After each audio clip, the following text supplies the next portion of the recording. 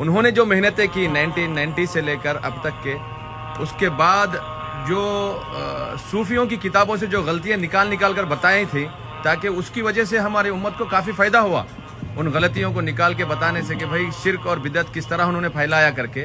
تو آپ لوگوں کے چھوٹے چھوٹے وہ کلپ نکال کر اگر ہم سوشل میڈیا کے ذریعے اس کو استعمال کریں گے تو کیسا رہے گا شیخ؟ بالکل اچھا رہے گا شمس بھائی. جزاک اللہ. پاؤں دبا کے کیجئے دایا. جی ضرور کیونکہ ہم طریقے سے کیجئے. اور شیخ معراج ربانی، شیخ ہمارے دائیں طرف بیٹھے ہیں زید ضمیر صاحب، یہ کبار مشائخ ہیں، ہم تو چھوٹے سے طالب علم ہیں. ان کے محاضرات کو، دروس کو، چونکہ دور بڑی تیزی سے گزر رہا ہے تو اسٹیٹس کو اور جو 1-1.5 منٹ کا کلپ ہوتا ہے اس کو سننے والے زیادہ ہیں 1.5 گھنٹے کی تقریروں کی بجائے. تو ان مشائخ کے یہ کلپس، یہ جو ردود ہیں جن کو بعض لوگ اپنے کھاتے میں ڈال رہے ہیں، ان کے پیدا ہونے سے پہلے اللہ کی رحمت سے شیخ معراج ربانی حفظہ اللہ اور ہمارے باقی مشائخ اس کا رد کر چکے تھے، اور وہ موجود بھی ہے، آن دی ریکارڈ موجود بھی ہے یوٹیوب پر. تو ضرورت ہے ایسے شباب کی، ایسے نوجوانوں کی جو اس مواد کو جو موجود ہے سوشل میڈیا پہ اچھے انداز میں لوگوں کے سامنے شارٹ کلپس بنا کر، اسٹیٹس بنا کر پھیلائیں. اور یہ یاد رکھیں کہ اگر آپ کی محنت سے کوئی ایک بندہ اہل توحید بن گیا، ہمارے شیخ عبداللہ بہاولپوری رحمہ اللہ اکثر ہمیں کہا کرتے تھے اپنے شاگردوں سے گفتگو کرتے ہوئے کہ جب تم بستر پہ لیٹو تو ذرا گنتی کیا کرو تم نے کمائی کیا کی ہے. تو ہم کہتے، ہمارے بولنے سے ہی شیخ پہلے بولتے کہ کمائی سے مراد بھی سمجھ لو. کمائی سے یہ مراد نہیں ہے تم نے کتنا پیسہ کمایا ہے، کمائی سے مراد یہ ہے کہ قیامت کے دن کتنے لوگ ہیں جو کھڑے ہو کر اللہ کے سامنے تمہارے حق میں گواہی دیں گے کہ میں شرک کرنے والا، بدعت کرنے والا، بدعقیدہ تھا. اے اللہ تیرے اس بندے کا پیغام مجھ تک پہنچا جس نے مجھے تیری توحید کا تعارف کروایا اور میں تیری توحید کو ماننے والا بن گیا. 1 2 3 4 یہ گنتی کریں کہاں تک آپ کی بریک لگتی ہے. کیوں؟ یہ اصل کمائی ہے، یہ اصل زندگی ہے. اللہ کے نبی صلی اللہ علیہ وسلم نے سیدنا علی سے یہی تو کہا تھا کہ ایک بندہ بھی اگر تیری دعوت سے توحید پہ آ گیا، سورب قیمتی اونٹوں سے زیادہ تیرے لیے قیمتی ہے. تو محنت کیجئے، اپنے انداز سے اس پیغام کو آگے پھیلائیے. یہ نہیں ہے کہ مجھ تک توحید کا پیغام پہنچ گیا تو بس کافی ہے، میں بچ گیا، باقی جو جہاں لگا ہوا ہے اس نے اپنا حساب خود دینا ہے. اپنے دوست کا حساب ہو سکتا ہے آپ کو بھی دینا پڑے، وہ آپ کو گریبان پکڑ لے. ہمارے حضرت حافظ عبداللہ بھابی رحمۃ اللہ علیہ نے ایک پروفیسر کا واقعہ سنایا جو کراچی میں رہتے تھے، اور کراچی کے ایک بڑے اس دور کے مشہور ایک امام صاحب، حضرت صاحب، شیخ صاحب، عالم صاحب کے 7 والا گھر ان کا تھا، اور وہ 20 سال ان کے پڑوس میں رہے. وہاں سے ان کا ٹرانسفر ہو گیا بہاولپور یونیورسٹی میں. تو انہوں نے آ کر پوچھا کہ یہاں جمعہ کوئی پروفیسر صاحب نہیں پڑھاتے؟ جو پڑھا لکھا بندہ ہوتا ہے وہ کوشش کرتا ہے کہ خالی مولوی نہ ملے، کوئی انجینئر، کوئی ڈاکٹر، کوئی پروفیسر اور عالم بھی ہو. تو انہیں بتایا گیا حافظ عبداللہ بھابی جمعہ پڑھاتے ہیں. جمعہ پڑھنے آیا اور حافظ صاحب کا ایک جمعہ اس نے سنا جس میں حافظ صاحب نے کہا بھائی اگر سنت کے مطابق عمل نہ ہوا تو کیسے قبول ہوگا؟ عقیدہ تیرا درست نہ ہوا تو کیسے قبول ہوگا؟ نماز کو سنت کے مطابق ادا کرو. تو وہ پروفیسر صاحب کو یہ بات کلک لگ ہو گئی. اس نے جا کر جمعے کے بعد سوال جواب شروع کر دیے، اور وہ پہلی ہی ملاقات میں اہل توحید کی صف میں شامل ہو گیا. عقیدہ بھی درست کر لیا، نماز بھی درست کر لی. پھر اس نے اس کراچی والے شیخ کو، اپنے اس پڑوسی کو خط لکھا کہ اللہ کا شکر ہے کہ میرا ٹرانسفر بہاولپور ہو گیا اور میں نے عبداللہ بہاولپوری کے دروس میں اس کے پیچھے جمعہ پڑھا آ کر، اور اللہ نے مجھے توحید اور سنت کے نعمت سے نواز دیا. اگر میں آپ کے پڑوس میں ہی مر جاتا تو میں تو اسی بدعقیدگی پہ مرتا، اور یقین جانے قیامت کے دن میں آپ کا گریبان ضرور پکڑتا کہ یہ میرا پڑوسی تھا، یہ میرا ساتھی تھا، لیکن اس نے کبھی مجھے دعوت نہیں دی. تو بھائی یہ توحید کی نعمت آپ کو ملی، آپ کے رشتہ دار، آپ کے عزیز، آپ کے دوست، آپ کی کمپنی میں، آپ کے رومیٹ، جہاں جہاں آپ کی آواز، جہاں جہاں آپ کا ہاتھ پڑتا ہے، اس پیغام کو پہنچائیے. اور اگر نہیں پہنچائیں گے تو اس میں نو ڈاؤٹ قیامت کے دن وہ آپ کو پوچھ سکتے ہیں کہ اللہ یہ بندہ مواحد تھا، میں اس کے سامنے شرکی عقیدے رکھتا تھا، بیان کرتا تھا، یہ میری وال چیک کرتا تھا، یہ میرے فیس بک پہ آتا تھا، یہ مجھے جانتا تھا، یہ دنیا کے معاملات میں میری مدد کرتا تھا، لیکن مجھے کبھی اس نے یہ روک کر نہیں کہا کہ تیرا عقیدہ غلط ہے، تیرا یہ عمل سنت کے خلاف ہے، کہ کہیں ہمارے مفادات کو چوٹ نہ پڑے. دیکھیں نا وہ گھروں میں آتے ہیں محرم کے حلوے کنڈے مانڈے لے کر، تو کیا کہتے ہیں؟ اہل توحید کا گھرانہ ہے، اور پوتر لالا کوٹھے تو سٹ دیں گے.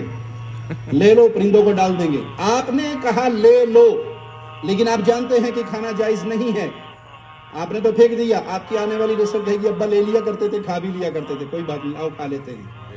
تو آپ جب یہ جب تک فیصلہ نہیں کریں گے کہ میں نے جو حق کو سیکھا ہے، سمجھا ہے، میں نے اس کو آگے پہنچانا ہے، بھلے دنیاوی لحاظ سے مجھے کچھ نقصان بھی ہو جائے کوئی مشکل نہیں ہے، لیکن میں اس پیغام کو ضرور آگے پہنچاؤں گا جو پیغام مجھ تک توحید کا پہنچ چکا ہے، اپنی جان بچانے کے لیے، اپنی جان چھڑانے کے لیے، حجت تمام کرنے کے لیے. کل کو یہ میرے گربان نہ پکڑیں، اس نے مجھے منع نہیں کیا تھا، اس نے مجھے روکا نہیں تھا.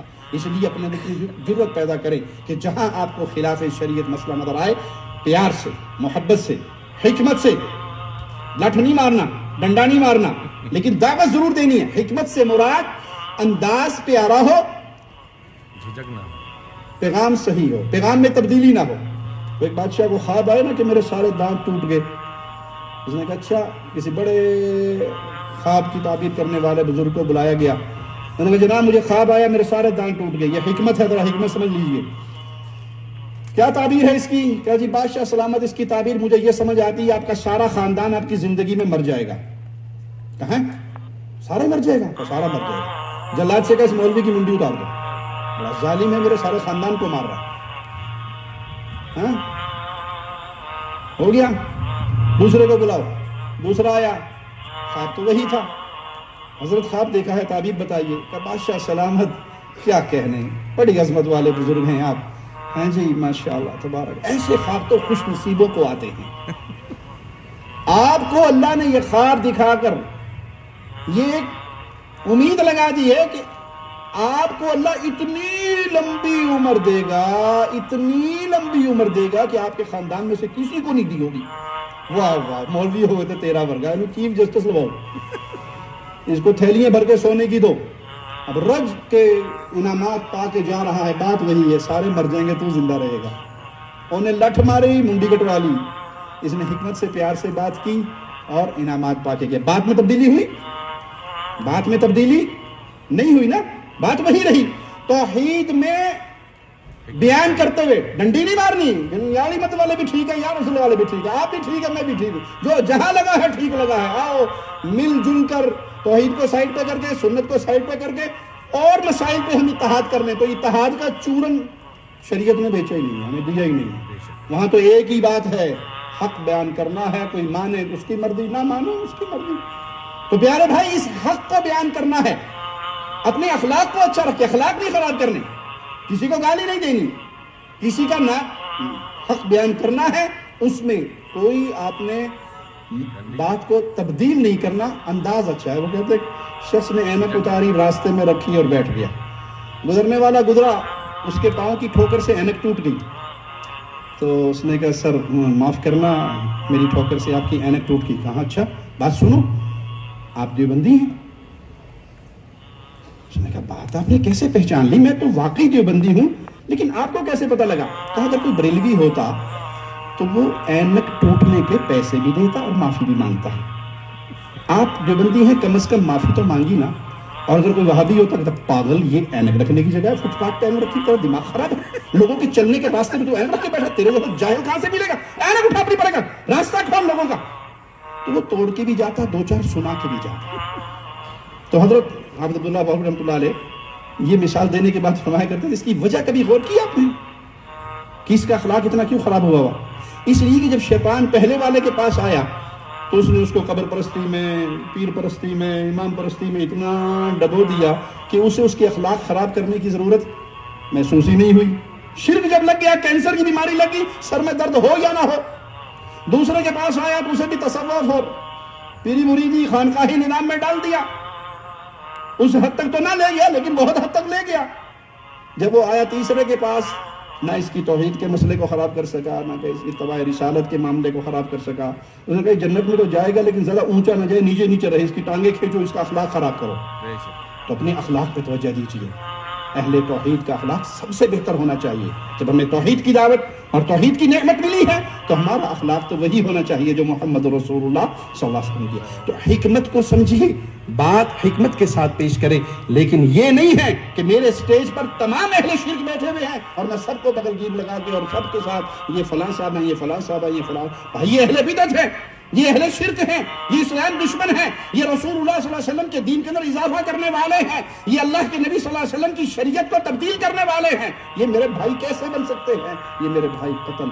ان کو بلا کر پیغام پہنچانا اور بات ہے, انہیں سٹیج کی زینت بنا کر, رہبر رہنما بنا کر عوام کے سامنے ان کی عزت بڑھا کر پیش کرنا, یہ تو آپ نے پورے منہج کا جنازہ ہی نکال دیا. جی بارک اللہ, جزاک اللہ خیر شیخ. مسلم یہ سوال